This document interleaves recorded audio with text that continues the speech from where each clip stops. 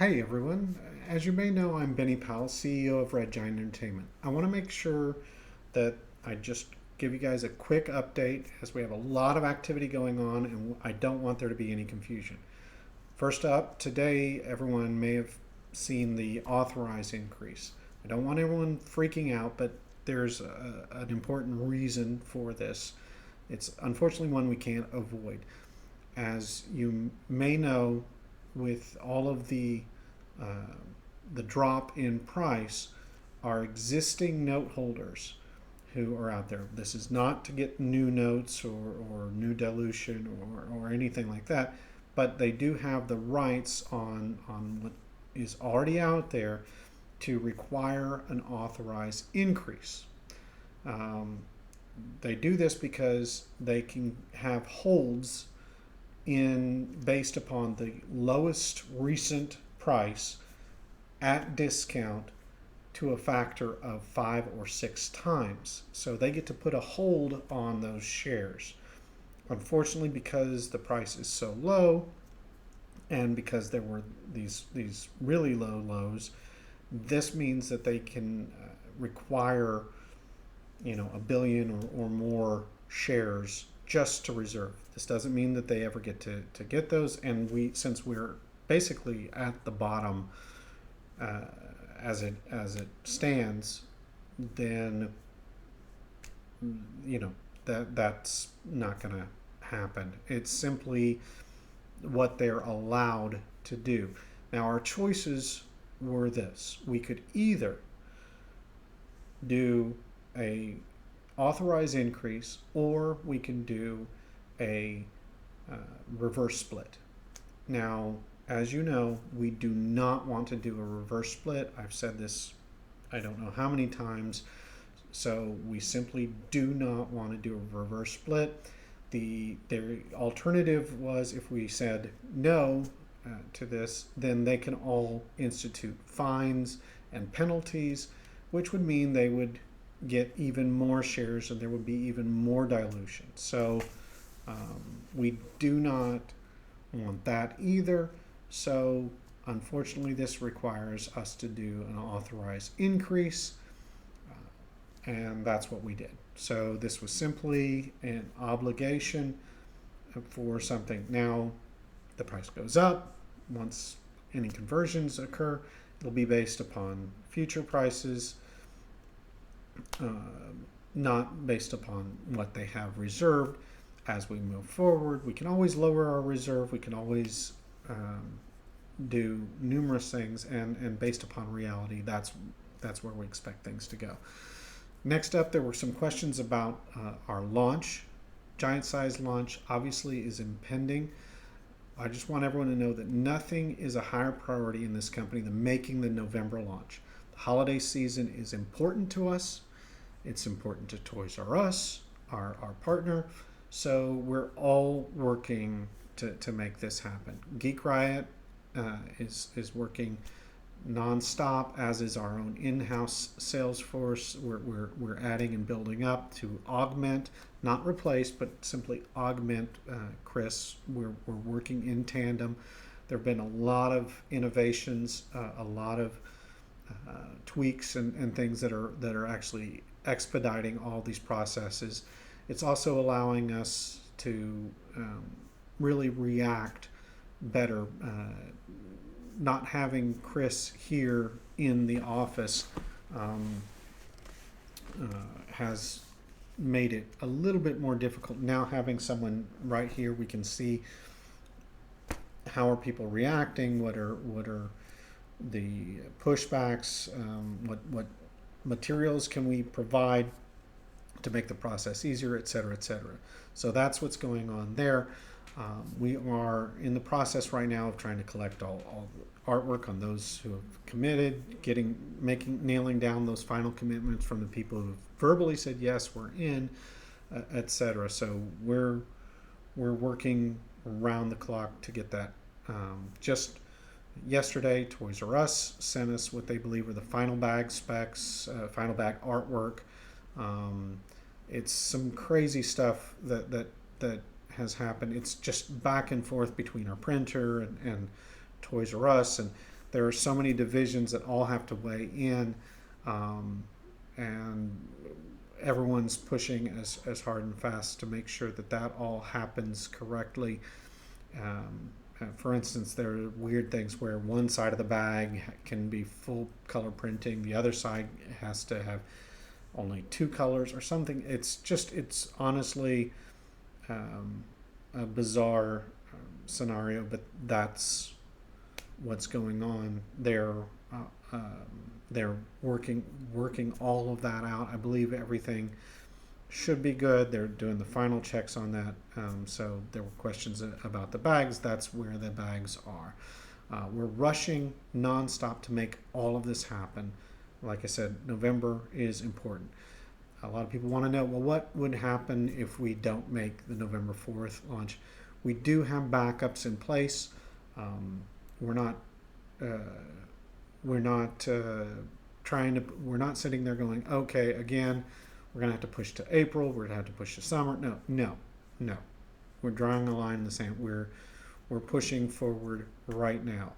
So the backups would be, for instance, if we don't make November 4th, well, then the next date would be November 25th. What we would do then is we would have, which is the Wednesday before Black Friday.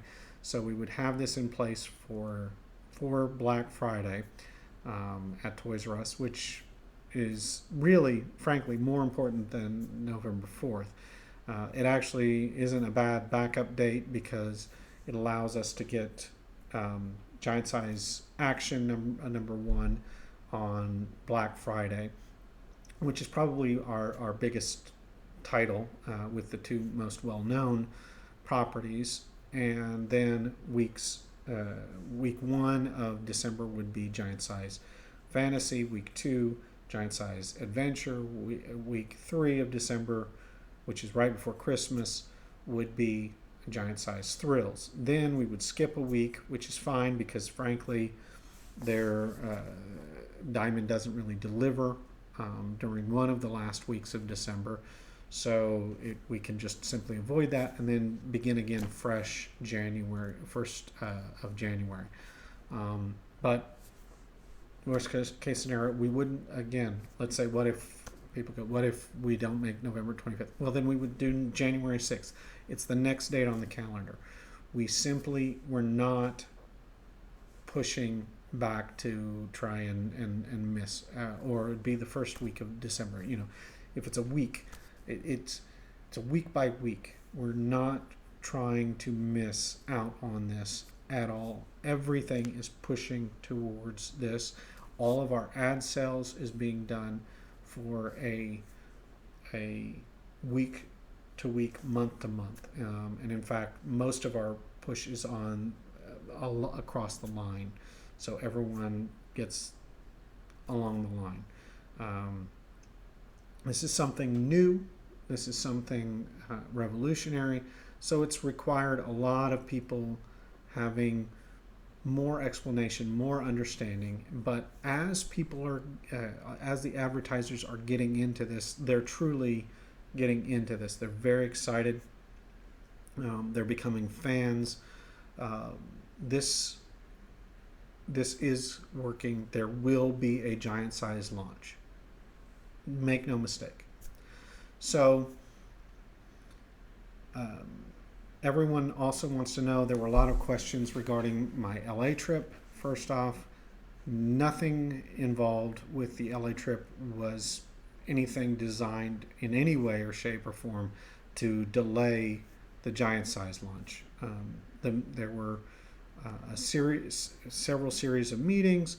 One of the meetings was a component that we're dealing with as an add-on to giant size launch, the giant size line, but it is in no way contingent for launch. If for whatever reason that component is delayed, it has no bearing whatsoever. It's simply an add-on. It's extra revenue. It's a completely separate entity that just simply augments what we're doing with giant size launch, or giant size line, and that is something we've been working on. We'll explain more about that quite soon, but literally we were there just hammering out the last of the deal points, and it's actually some very cool and exciting stuff. There was another meeting dealing, and this was the most important meeting and basically the central meeting, dealing with the launch for the upcoming Markiplier comic mini-series, which will be out next year, as well as other ongoing series and things like this. I can't really get into this due to NDAs, but as you can see, this has nothing to really do with the Giant Size launch itself, other than the fact that some of the series that will be affected by this are when those books leave Giant Size line. So really, it's more, if anything, it's more incumbent upon us to make sure that the Giant Size line launches on time for these other deals. So it's the reverse of what everyone's concerned about, that there's somehow going to be some deal that delays us. No, in fact, these other deals need us to launch on time. So, and that's very important to us. Other meetings we had were set up by Hero Helix. Hero Helix, just as a reminder for everyone, has to do with this company that we're working with to help bring our properties into animated series, animated movies, one-shots, direct-to-video type of projects, as well as some of our lower budget live action stuff that we have going on. This is to augment what Amy and Eisen are doing. So a couple of the meetings, since I was already in LA, were set up by Chris, another Chris, over at Hero Helix. And Chris did a wonderful job. These are some pretty cool extra things. But again, this is nothing to do with anything that will delay Giant Size. And once again, in fact, it's best if we launch on time. The sooner we launch, the sooner these deals come to fruition. So the other event that has occurred recently is, you saw we've acquired Giant Size Media, which confuses everyone because Red Giant Media, and everyone confuses Red Giant Media with Red Giant Entertainment. Red Giant Media predates Red Giant Entertainment by years. Whenever I first got involved with Amy and Eisen and everything, it was with the Wayward Sons movie script, which predates the comic by several years. And the movie script was picked up by Red Giant Media. So those rights were with Red Giant Media. Same with Magica, was with that Last Blood.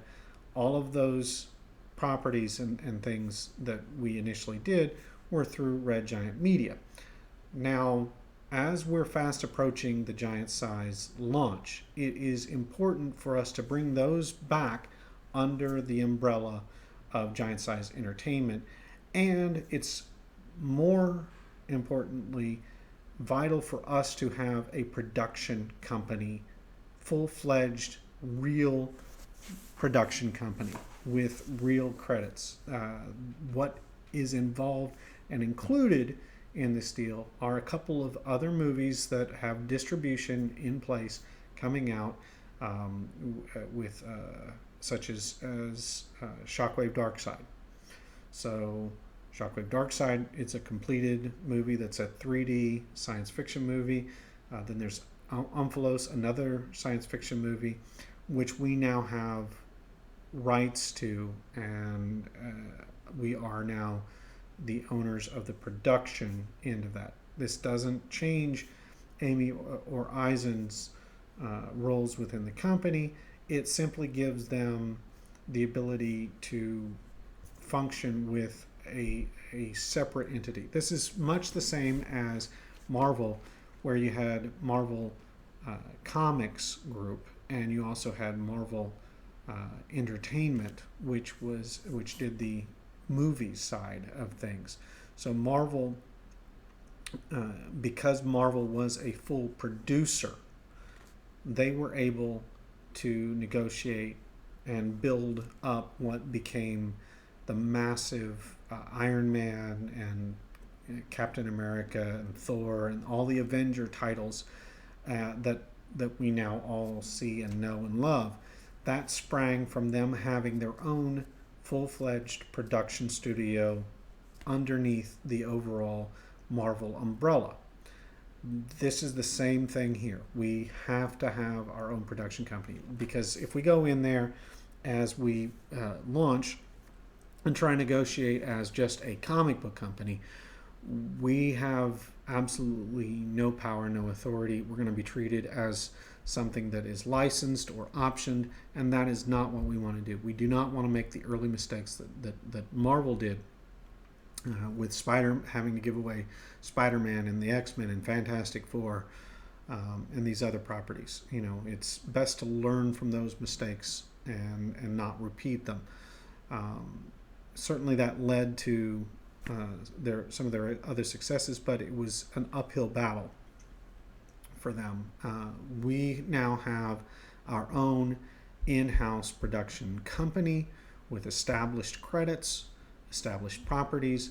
We're hitting the ground running, and we have to have these in place prior to the giant size launch, because once this happens, the floodgates open, and that is vital and important. So we'd always had this as part of the plan of something we wanted to do, was to bring these in, and I hope that it speaks volumes to the confidence that Amy and Eisen have in what we're doing, that we're getting there right now. And so the time is now to get this done. We want to make sure that this is all happens in the proper order. We're consolidating everything because we know we are right there at the precipice.